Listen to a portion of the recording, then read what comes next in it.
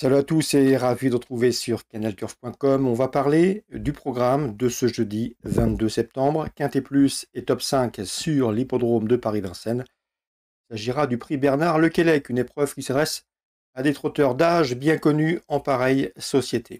Nous évoquerons donc cette compétition dans la première partie de l'émission et je vous transmettrai ensuite des coups de cœur et des informations concernant le reste du programme et notamment la réunion sur l'hippodrome de Lyon-Parilly, réunion 3, puisque j'ai pu converser avec l'entraîneur Claudia Erni, mais également avec Johan Bonnefoy, qui aura lui plusieurs partants. C'est parti pour l'émission.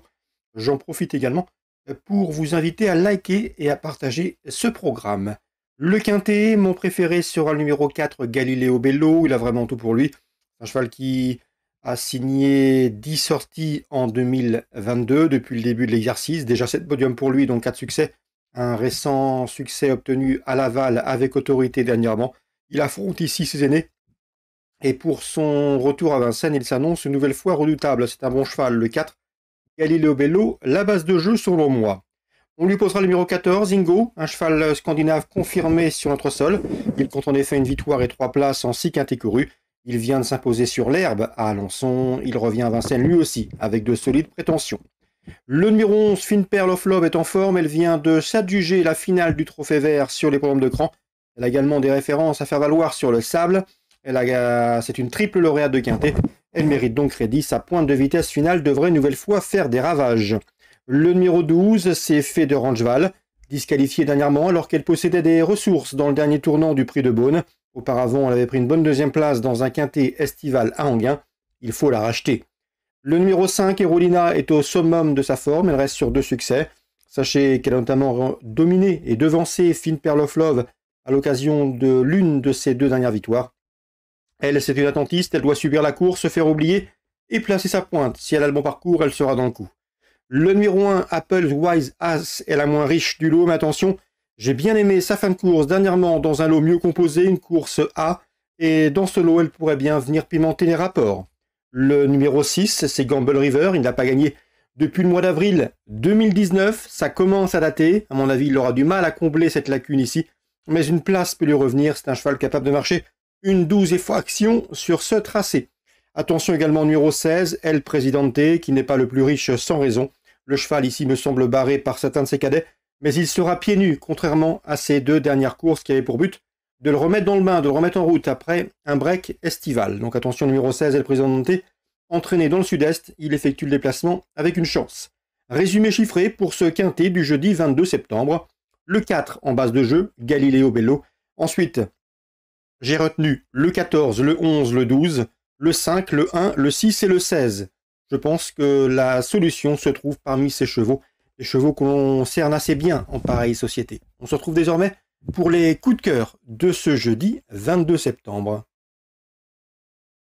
Concernant les coups de cœur de ce jeudi 22 septembre, on va commencer par la réunion principale. Elle aura pour cadre l'hippodrome de Paris-Vincennes, réunion 1. Et j'ai ciblé la 8e course de la réunion. Dans cette 8e, j'aime beaucoup le 14, à savoir Galdric Deschal, un cheval assez athlétique, un cheval assez imposant, un cheval de grande taille, qui a déjà bien fait autre montée d'ailleurs lors de ses 2 dernières sorties sous la selle.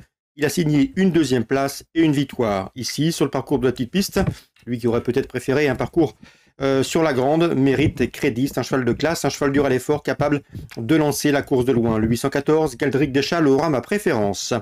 Je lui poserai le numéro 10 dans cette épreuve, Good Girl Marceau, qui lors de ses 2 dernières sorties autre-montée a gagné, de quoi incliner la confiance. Et pour la cote, on se méfiera du numéro 8, Galopin de Condé, qui possède en 1:13,7 le meilleur chrono du peloton sur ce parcours de 2850 mètres petite piste. Donc la 8e, mon préféré le 814, devant le 10 et le 8 pour d'éventuels couplets. On passe maintenant à Lyon-Parilly, la réunion 3. Sachez que Claudia Erni, qui entraîne en Suisse, aura 2 partants, et plutôt 2 partantes. Le 203 notamment, Power of Grace, qui est une pouliche de qualité. D'après elle, elle est correctement située en 33,5 sur l'échelle du handicapeur. Elle aurait sans doute préféré un parcours de 2400 mètres. Ici, c'est 2000 mètres. Mais la pouliche est au mieux. J'ai senti une Claudia Erni assez confiante. Le terrain ne la dérangera pas. C'est une jument de bon terrain ou de terrain souple. Donc le 203, Power of Grace, à mon avis, il serait imprudent de jouer contre elle. Concernant Johan Bonnefoy, dans cette épreuve, il présente le numéro 9, Neva Nevada, qui d'après lui sera plutôt envisageable pour une petite allocation.